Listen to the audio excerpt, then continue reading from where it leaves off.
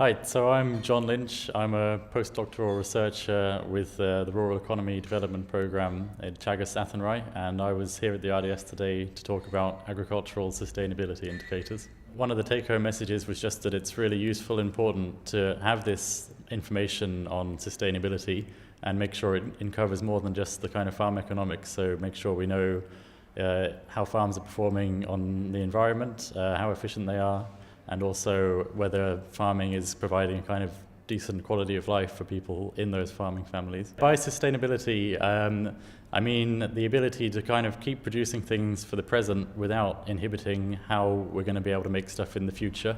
So this ranges from real short-term business decisions, so are you earning enough to stay in business from one year to the next, but also for certain environmental constraints you might have. So if Ireland is under pressure to reduce its greenhouse gas emissions, say, as there'll be reductions targets coming in from the EU, some in 2020, and then looks like some strict ones for 2030.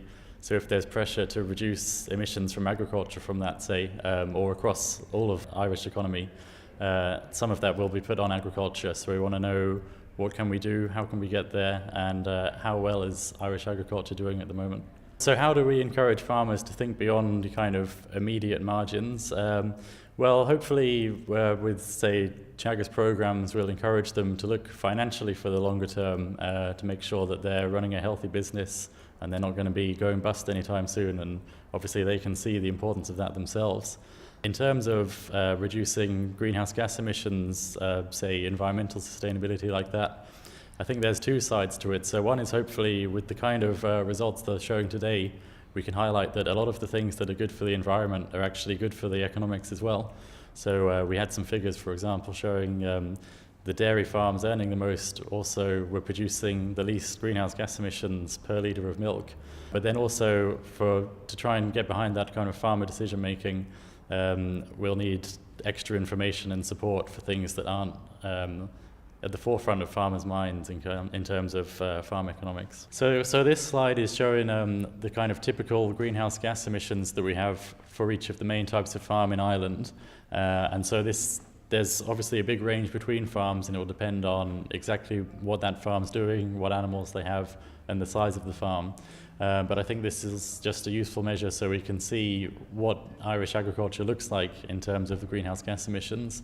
And if we are measuring that well and we keep on doing that into the future, we can see how that's changing. And hopefully we can show that Irish agriculture is sustainable and Ireland is a good place to be producing milk and meat and these agricultural outputs that we want. But also try and highlight where farms are doing it especially well and try and promote good practice, and also per farm see how they can be improving their economics through that as well. Well, there is always going to be a bit of a difficulty in that livestock, and especially cows, will always be producing greenhouse gases. But I think that that's the kind of trade-off made in any sort of economic decision, not just in agriculture. But I think from the agricultural industry, there's been a big push from the marketing side of things to highlight the environment and wider sustainability. And I think that we've seen that already, and it will keep coming through, where packaging will try and show this is, for example, dairy produced from pasture-fed animals, and try and promote this image of sustainable, environmentally friendly agriculture. And I think that this will continue and will encourage farmers from the industry side as well to show that, okay, they are actually interested in this, and it's something that they're really picking up on from the marketing side of things too.